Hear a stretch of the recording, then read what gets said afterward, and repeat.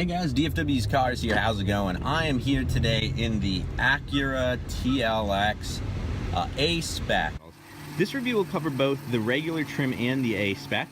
This car will be hitting dealers this summer, or depending when you're watching, may already be out. So ACURA's gone a long lengths to, make this car look softer, more sophisticated, more elegant, and I think they've done a good job. The LED headlights and LED running lights look incredible.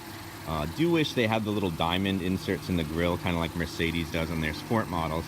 And then I'll just differentiate what's specific to the A-SPEC versus the regular. Around the side, minus the A-SPEC badge, it's hard to actually tell a difference.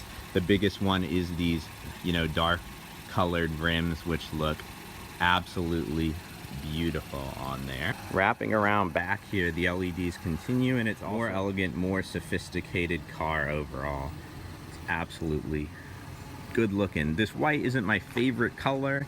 This car looks great in black or that new blue that is specific to the A-SPEC. Down back here is some of the big differences on the A-SPEC. Larger, a louder exhaust, a spoiler, as well as a diffuser in the bumper there.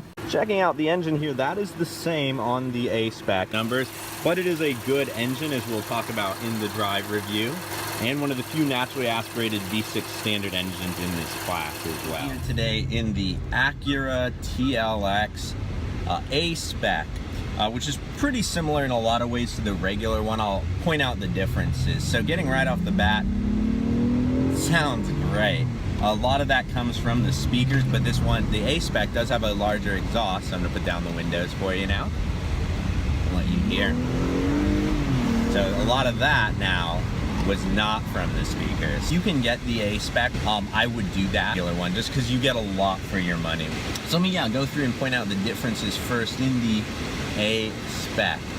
You do get a different styling outside, a beefier steering wheel. Obviously the interior of the A-SPEC has some nicer touches, which I'll show you now. The interior of this car is quite nice and definitely very improved over the old one. All the materials feel really nice. Any plastics that there are high quality. Do wish there was a little bit more chrome or wood, but you have to remember you're paying a lot less for this car.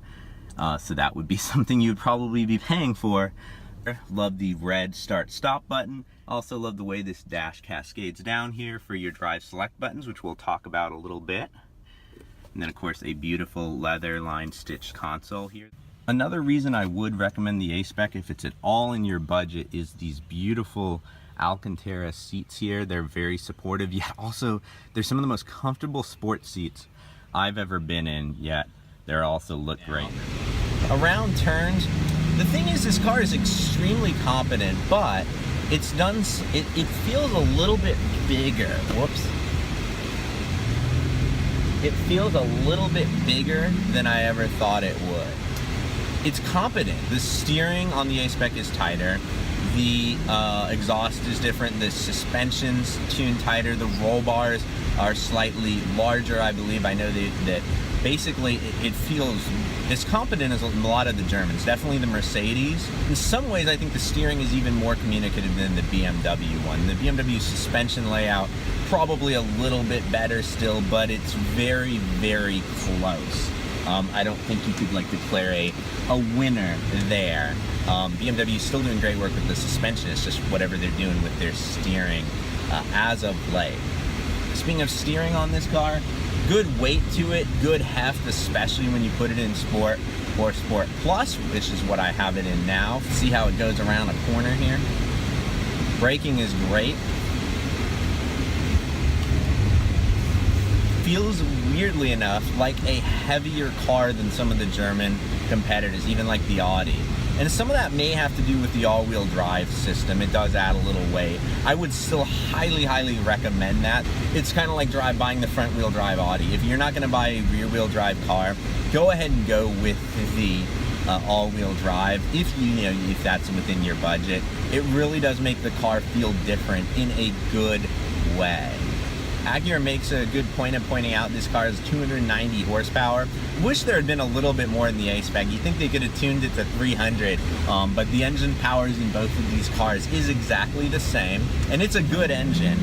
I like the linear power delivery. Granted, you get a little bit more low-end torque from the turbo, like the V6. You know, sound a little bit better than the 4-cylinder one. So engine-wise, I think this is up there with any of the Germans. Interestingly enough, I'll have to show you the exhaust. And speaking of engines and exhaust, let me go ahead and get you these A-SPEC exhausts.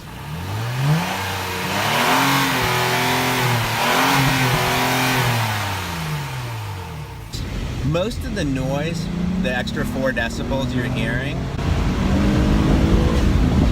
it's coming from inside the car. It's a very quiet car outside still, but I'm sure that's something an aftermarket exhaust could solve. But I'm surprised with the performance exhaust, none of the sound is coming from back there. It's all up these speakers here.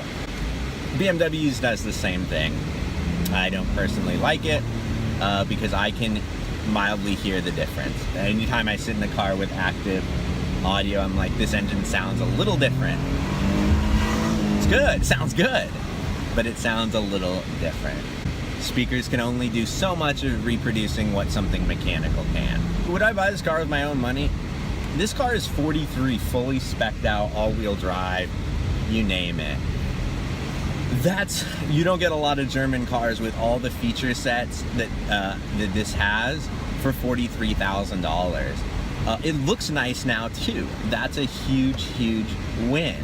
Definitely put this car on my short list. I still think in the class it drives better than the Mercedes C-Class, which I've reviewed. Now if you get the sport suspension on there, it's definitely closer on the C-Class. Also, it drives, the steering is more engaging than the BMW one. And then on the, shit. So until next time, my speedy racers, drive on.